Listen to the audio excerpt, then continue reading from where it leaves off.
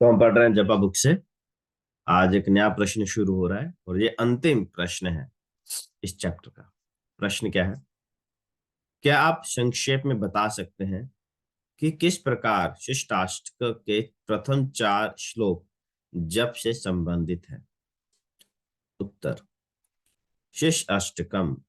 शिष्टाष्टकम जो पहला भी दसा सी ऐसे चैतन्य महाप्रभु के द्वारा द्वितीय 8 शिक्षावां, 8 टीचिंग्स बाय चैतन्य महाप्रभु, उनको क्या बोलते हैं? शिष्टाष्टकम। तो शिष्टाष्टक का प्रथम श्लोक चेतो दर्पण मार्जनम सुझाव देता है, श्रद्धा का वरदान पाकर हम नियमित रूप से कृष्ण के नामों का जप करने लगते हैं। फिर जैसे जैसे हम प्रगति करते हैं वैसे वैसे हमें अपने जप को सुधारने की एवं हमारे भक्ति पथ पर अग्रसर होने के बीच में अनर्थों एवं अन्य बाधाओं से को हटाने की आवश्यकता महसूस होती है। इसकी व्याख्या शिष्ट आष्ट के दूसरे श्लोक में हुई है। इस चरण में हम सही ढंग से जप करने का प्रयत्न करते हैं, किंतु हमें हमारी असमर्थता का ज्ञान होने लगता है और हम विनम्र होने लगते हैं, जैसा कि शिष्टाष्टक के तीसरे श्लोक में वर्णन हुआ है। यह दीनता हमें इस अनुभव में स्थिर कर देती है कि हम पूरी तरह से कृष्ण की कृपा पर निर्भर हैं। फिर जप में स्थिर होकर एवं कृष्ण पर निर्भर रहकर हमें हमारे हृदय में शेष भौतिक इच्छाओं को साफ करने की आवश्यकता का ज्ञान होता है, जिसका वर्णन शिष्टाष्टक के चौथे श्लोक में हुआ है। यह प्रयास कृष्ण की कृपा से रुचि को जागृत कर देता है। हरे कृष्णा। तो जैसा कि पहले भी बताया था, ये जो पूरी बुक है ये शिष्टाष्टकम के पहले 4 श्लोकों पर ही लिखी गई है। उनके उन श्लोकों से टीचिंग्स को निकाल कर ये बुक ਨੂੰ लिखा गया है। तो शिष्टाष्टकम का पहला श्लोक की कहता है कि चेतो दर्पण मार्जन, कि चित्त ने मन ਦੀ गंदगी ਨੂੰ हरि नाम ਦੇ द्वारा साफ किया जाता है ना। हरि नाम मन ਦੀ गंदगी ਨੂੰ साफ कर देते हैं। मन ਦੀ गंदगी क्या है? काम, क्रोध, लोभ, मद, है ना। ये सब क्या है? अनर्थ जो है हमारे हृदय के ऊपर गंदगी है, मैल है। और वो शुरुआत किससे होती है? श्रद्धा से, है ना। व्यक्ति की कुछ श्रद्धा होती है, थोड़ा सा फेथ होता है, तो मंदिर आता है या कोई भक्त उसको इनवाइट करता है तो किसी तरह किसी प्रकार से आता है। First he comes. तो जैसे ही वो आता है ना, श्रद्धा होती है तो वो जप करना शुरू करता है। जप शुरू करने के लिए क्या चाहिए? श्रद्धा चाहिए। तो शुरू करता है, तो जैसे ही वो जप करना शुरू करता है ना, जैसे आप हम सबका भी अनुभव है कि जैसे जैसे हम जप की संख्या बढ़ा रहे हैं, है ना, और थोड़ा थोड़ा गंभीर हो रहे हैं, रेगुलर हो रहे हैं, वी फेस चैलेंजेस, है ना। हमें कुछ कुछ कठिनाइयां फील होती हैं। एक दिन 16 माला कर लिया तो ठीक है, उसमें कोई दिक्कत नहीं है। बट प्रतिदिन 16 माला करना, है ना, या फिर कोई भी एक नंबर, लेट से आप 6 माला करते हैं तो उसको प्रतिदिन करना, है ना, वो चुनौतीपूर्ण है। वो डेली करना औखा है ना। एक दिन कर लिया तो कुछ कोई बड़ी गल नहीं है, वो भी अच्छी गल है, बट इतना कोई चैलेंज नहीं है। बट डेली मेंटेन करना वो बहुत बड़ी गल है ना। तो आप हम सब ने फील किया होगा, जब हम डेली अपनी संख्या बढ़ा रहे हैं, अपने कमिटमेंट बढ़ा रहे हैं, तो हमें कठिनाई फेस होती है। तो उसके बारे में शिष्टाष्टकम के दूसरे श्लोक में बताया गया है। और वो कठिनाई का कारण क्या है? क्योंकि हमारे हृदय में भगवान के प्रति जो है शुद्ध प्रेम नहीं है। हमारे हृदय भगवान के प्रति सहज सहज लगाव नहीं है।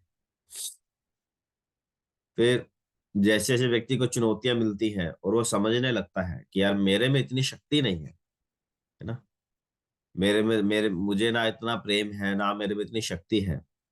फिर हम क्या होते हैं? दीन और नम्रता का भाव आता है कि हाँ, मेरे में नहीं है। हम भगवान से प्रार्थना करते हैं कि भगवान आप कृपा कीजिए, मेरी कोई योग्यता नहीं है।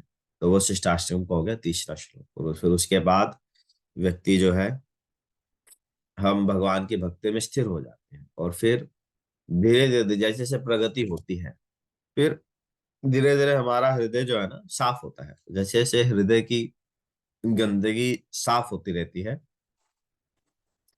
फिर हमारे हृदय से जो अन्य इच्छाएं होती हैं, अन्य अभिलाषा, है ना, धन की, स्त्री की, है ना, घर की, या फिर अन्य किसी प्रकार की जो भौतिक इच्छाएं होती हैं, है ना, नेम फेम शोहरत, है ना, ऊंचा पद पदवी, वो सब इच्छाएं धीरे धीरे हृदय से चली जाती हैं और बस एक ही इच्छा रह जाती है कि मुझे बस भगवान की सेवा करनी है, भगवान की भक्ति करनी है।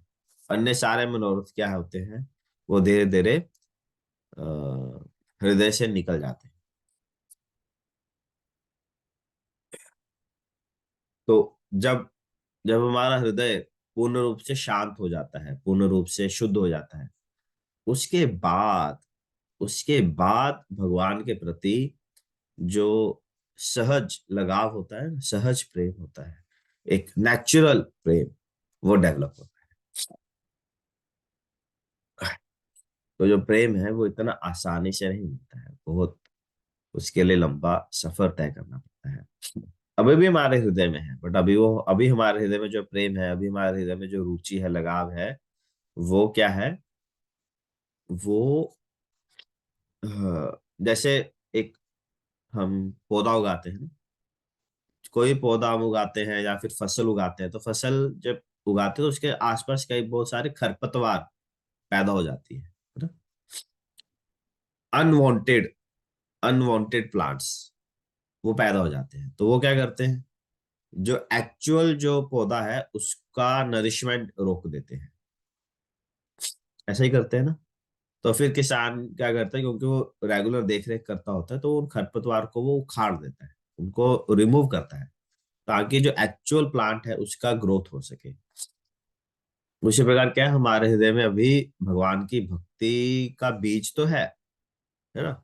हम सब जप कर रहे हैं, प्रतिदिन आ रहे हैं और मंदिर भी आते हैं, प्रयास भी कर रहे हैं, सेवा भी कर रहे हैं, तो हमारे पास बीज तो मिला है ना। अभी हमारा जो पौधा है वो बहुत छोटा है, टेंडर प्लांट है, बट हमारे अंदर की जो भौतिक इच्छाएं हैं, जो अनर्थ है, काम है, क्रोध है, लोभ है, अन्य इच्छाएं हैं, वो सब क्या है, खरपतवार के समान है, जो हमारी इस भक्ति को नष्ट कर देगा। इसलिए हमें अपनी भक्ति को इन सब से बचाना है। और कैसे बचाते हैं, सॉरी, जैसे जैसे हम हरिनाम का अ, हरिनाम ध्यान पूर्वक करेंगे, है ना, और अ, इसके साथ अ, चैतन्य महाप्रभु बताते हैं, जैसे पौधे को खाद और पानी चाहिए होता है, उसी प्रकार हमारे भक्ति का जो बीज है हमारे हृदय में, उसको क्या चाहिए, उसको चाहिए भगवान की कथा, भगवान की कथा को सुनना, ठीक है, हियरिंग, और प्रभुपाद जी के ग्रंथों को पढ़ना, प्रभुपाद ने जो पुस्तकें लिखी हैं उनको पढ़ना। तो इसको बोलते हैं श्रवण और पठन, सुनना और पढ़ना, ठीक है, और हरिनाम करना।